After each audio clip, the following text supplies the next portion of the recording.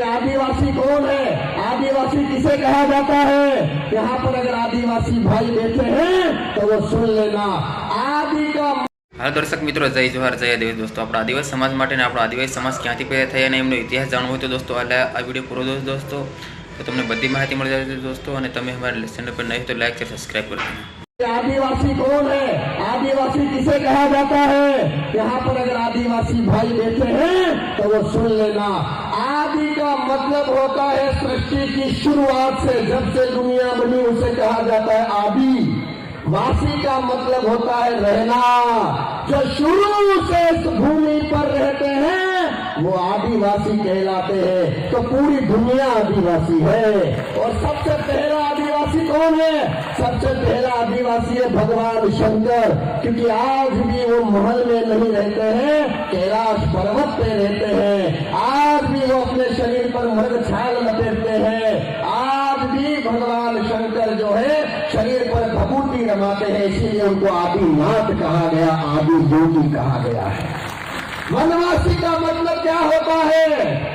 One का मतलब होता है जंगल, और जंगल में जो लोग रहते थे उनको वनवासी कहा जाता था। ये मकान तो अब बने हैं, ये गांव अब बने हैं, ये जिले अब बने हैं, ये राजधानियां अब बनी है।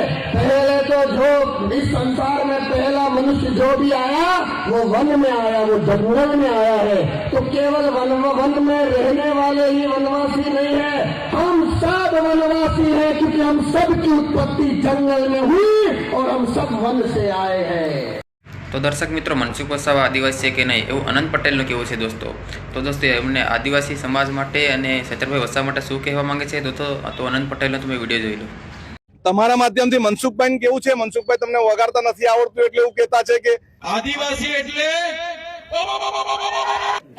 લુખો માણસ હોય અબબ કે ગામમાં હોય। મને ખબર નથી પડતી કે મનસુખભાઈ વસાવા ખરેખર આદિવાસી છે કે નહીં। આનંદભાઈ, મનસુખભાઈ વસાવાએ ચૈતર વસાવા બાબતે એક નિવેદન આપ્યું છે કે જે લુખ્ખા હોય તે જે પેલું સાઉન્ડ કાઢવામાં આવે છે કરે છે, એ બાબતે આપનો શું મંતવ્ય છે? અમે આદિવાસી સમાજમાંથી આવીએ છીએ। જ્યારે અહીં માનવ વસ્તી નહીં હતી ત્યારે, અને જ્યારે આપણી વાચા નહીં હતી, બોલી નહીં હતી ત્યારે ઓ બો બો બો કરીને અમે એકબીજાને જાગૃત કરતા હતા। ઘણી બધી જગ્યાએ પણ કરે છે।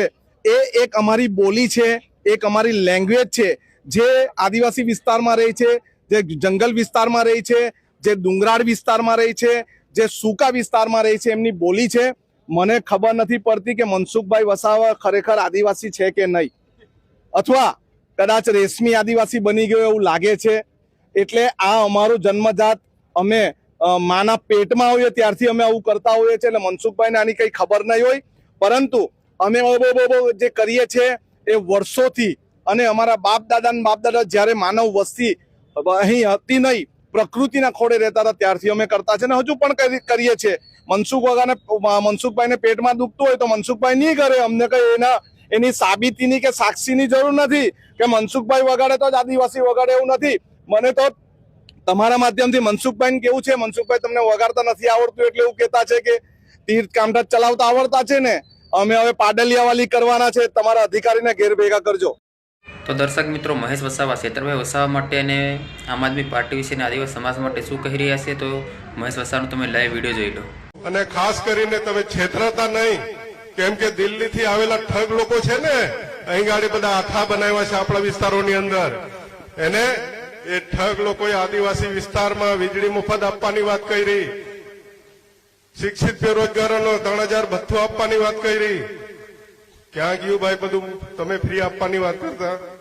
આ તો ચૈતર વસાવાને આથો બનાવીને આ વિસ્તારની અંદર આદિવાસીઓને છેતરવાનું કામ કરે।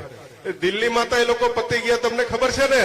જે લોકો એમ કે અમારે મોટી ગાડી નહીં લેવાનું, બંગલા નહીં લેવાનું, સાહેબ બધા બંગલા ગાડી આજે એ લોકો કરોડોની એમાં લે છે, પણ આ વિસ્તારોમાં છેતરવાનું કામ કરી રહ્યા।